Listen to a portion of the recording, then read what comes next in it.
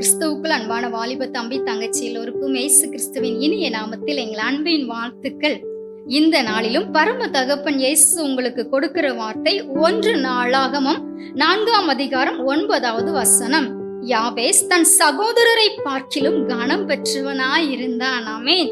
எனக்கு அன்பான வாலிப தம்பி தங்கச்சி, யாபேசுடைய ஆரம்ப வாழ்க்கையை பார்த்தீங்கன்னா, அவங்க தாயார் அவருக்கு பெயர் வைத்ததிலிருந்து துக்கம் நிறைந்த ஒரு வாழ்க்கை தான். ஆனால் 10ஆம் வசனத்திலே சொல்லப்பட்டபடி யாபேஸ் தேவனை நோக்கி பார்த்த பிறகு கர்த்தர் அவரை ஆசீர்வதித்து அவர் எல்லையை பெரிதாக்கி கர்த்தரின் கரம் அவரோடு இருந்து பெயருக்கு ஏற்றாற் போல் இருந்த துக்கம், அதாவது தீங்கு அவரை துக்கப்படுத்தாதபடிக்கு கர்த்தர் எல்லாவற்றுக்கும் அவரை விலக்கி பாதுகாத்து ஆசீர்வதித்ததினால் அவருடைய சகோதரர்களை பார்க்கிலும் கனம் பெற்ற மனிதனாய் கர்த்தர் அவரை மாற்றிவிட்டார். ஆமென்.